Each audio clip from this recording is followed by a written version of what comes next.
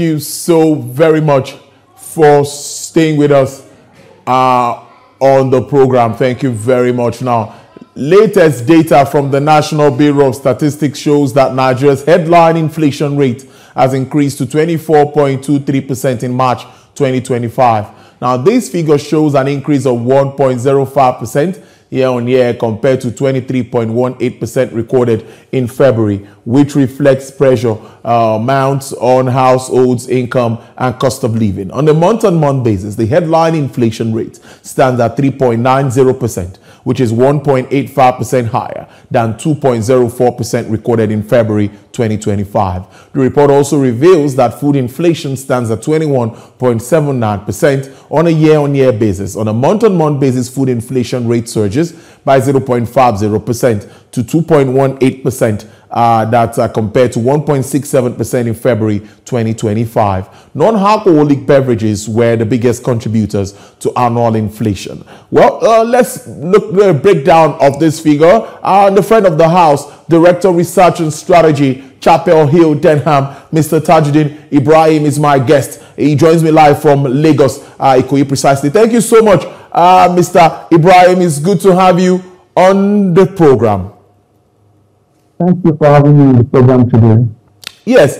Well, not in Lagos today. I'm reporting from Abuja, but it's really good to see you join us. Thanks as always, Mr. Ibrahim. Well, let's start with the NBS figures, 24.23% for the month of March. Of course, I always like to get your reasoning or your thoughts around these figures first, maybe before we go into some specifics. What were you expecting? You know, after the month of the rebased CPI, many expected that we should start to see that decline. But what we've seen in the month of March, there is no decline here. How does it come to you?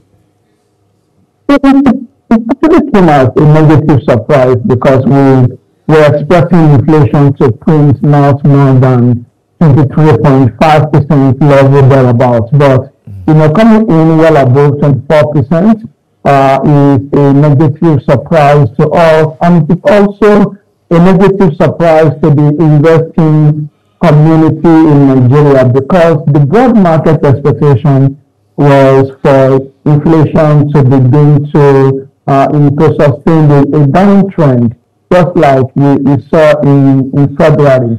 But at the same time, there's another viewpoint, and that viewpoint is that the inflation number for the month of March shows us that Nigeria and also, of course, the authorities have to pay a lot more attention to monthly inflation.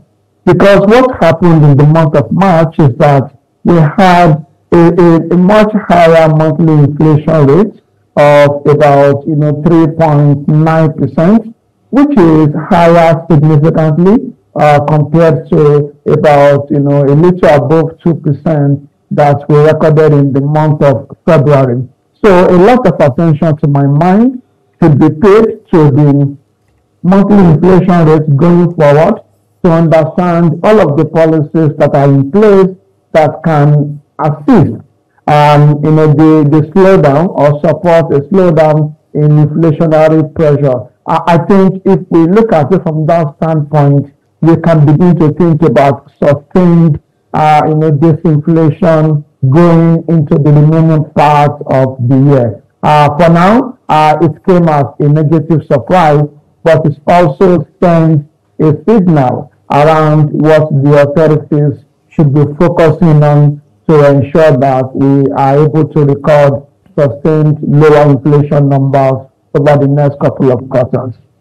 I think we need to spend some time on some of these specifics that needs to be done on the conversation today, because I'm getting to a point on this show that we need to start to, if not really necessarily solutions, but let's start to, get to give government our own, another form of advice and all of that. And I believe that they listen to some of these discussions and take out from discussions like this one. Now, specifically, when you look at the month-on-month basis, the headline inflation rate for March 2025 was 3.90%.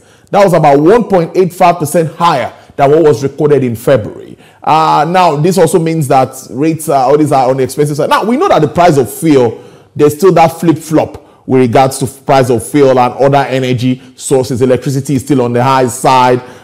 Food, there's a mixed bag. There was a time we reported a bit of drop in the price of food, but some are saying that it's going the other way at the moment. So now, practically, what are some of those things that can address some of these structural issues, in quotes, that you think government should start to really look at very quickly if we are to change the the tide? You have to change the arm of where this is going to swing to.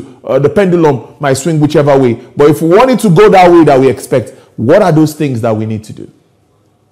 So I think for like a few seconds the network was frozen. Oh, but okay. I think what you really wanted to hear is what can the government do. It is interesting that we have a lot of numbers on the table. We also have a lot of numbers being published by the NBS, for instance, and those of us that sit on the corporate side of the world, we see these numbers and we are able to, comfortably and absolutely analyze them and present views and expectations around them. So when we talk about what can the government do, I think the starting point is to begin to look at what are the numbers. If we talk about inflation, it is not necessarily a bad thing for us to have some level of inflation in an economy. But what is, really a bad thing is when the inflation number is on the rise and it appears to be like sustainably high over a period of time. And I'll give you an example. For the month of March, for instance, accommodation basically is one of the major elements that went higher in terms of month-on-month inflation when you look at it in the month of March. For instance, we have accommodation having an inflation rate of about 12.2%. That is, if you look at housing, what that speaks to is that the authorities, the government in this case, has to ensure the availability of low-cost, houses to Nigerians.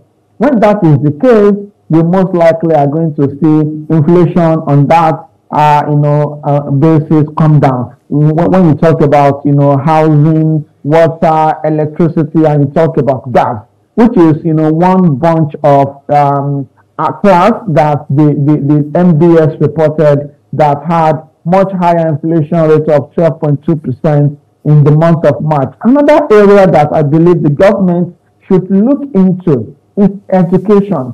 Educational services became more expensive in the month of March with a higher inflation rate of 4.5%.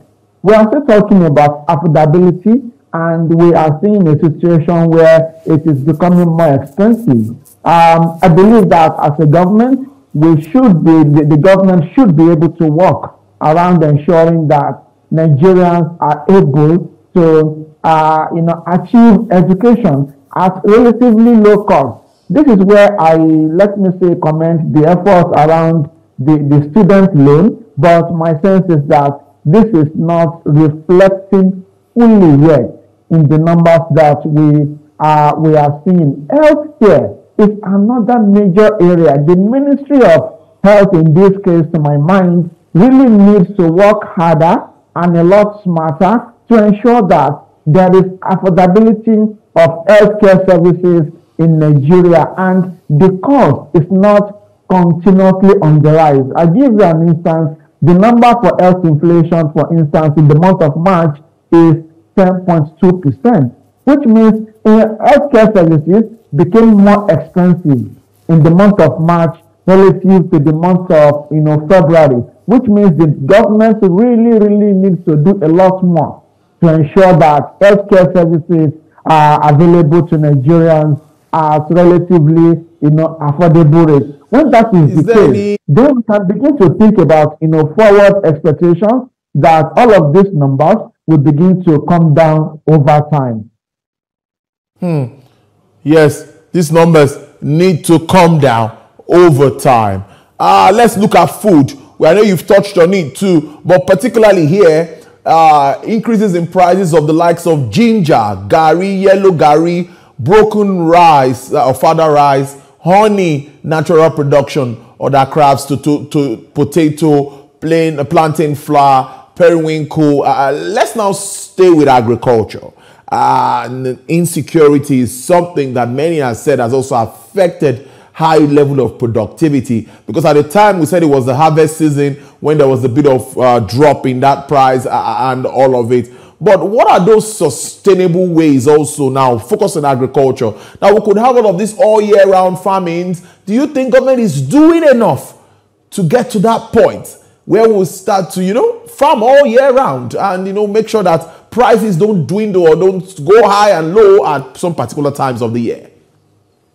Before we go, so deep into the, food, inflation, I think it is important to mention that about 9 states in Nigeria recorded what we call deflation in the month of March. And by deflation, we mean that the average prices of goods and services in those 9 states came down. An improvement, expected improvement in security, so that farmers will be able to go to their farmlands. And those states that I mentioned that had deflation in the month of March relative to the month of February was largely because they had food harvest, and the impact of food harvest on the overall prices of goods and services in the month of March in those 9 states was substantially positive.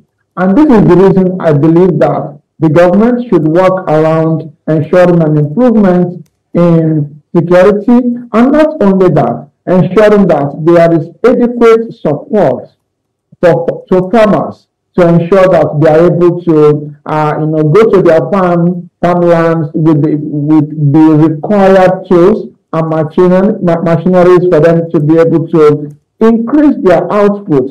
We cannot be a population of over 200 million people and we are unable to feed ourselves. All of the gaps that we have in food output in Nigeria, all of those gaps are being filled by importation. And importation in itself leads to some level of inflation in the country because of the elements of foreign exchange in there. But if we fix our own agriculture architecture locally, we'll be talking of an improvement in output, and all of those outputs will be available in the market if we have the required level of storage facilities. This is where the government has to also come in, having the storage facilities for the farmers to be able to adequately store goods that they have produced before they get to the market, so that they do not lose, they don't lose value. It is very important in my view. Transportation, good roads, all of these elements cannot be removed if we are looking at the value chain of agriculture, which means agriculture, when we think about it from farm to fork, it is something that the government really needs to pay attention to going forward. If we solve that problem, my sense is that we would have solved more than 50% of the problems of inflation in this country, and we can be thinking about recording much lower inflation rates going forward. We can be thinking of recording single-digit inflation rates for Nigeria. It is something that we have achieved before. We were able to achieve it because food prices were not skyrocketing in those years. I give you an instance. We are talking about being a member of the BRICS countries. Those BRICS countries, none of them, if not for just possibly Russia, none of them has double-digit inflation rates as we speak. All of them merely have, single-digit inflation. If you really want to belong to such an economic bloc, it is important as a country to put in place strategies that will ensure that we are able to record much lower inflation rates going forward. Even if we leave the BRICS bloc and you come to the MINT bloc, which is the Mexico, Indonesia, and Turkey as countries, All of these three countries are recording low single-digit inflation rates. So there is no way we can be relatively competitive as a country if we do not have lower inflation rates in our economy. And agriculture, to my mind, is on the front burner when we are looking for much lower inflation rates, in my view. Thank you so much.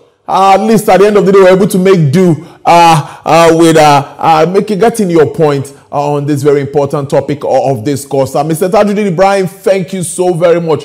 Director of Research and Strategy at Chapel Hill, Denham. See you soon in Lagos. Enjoy the rest of your day. Interesting conversation.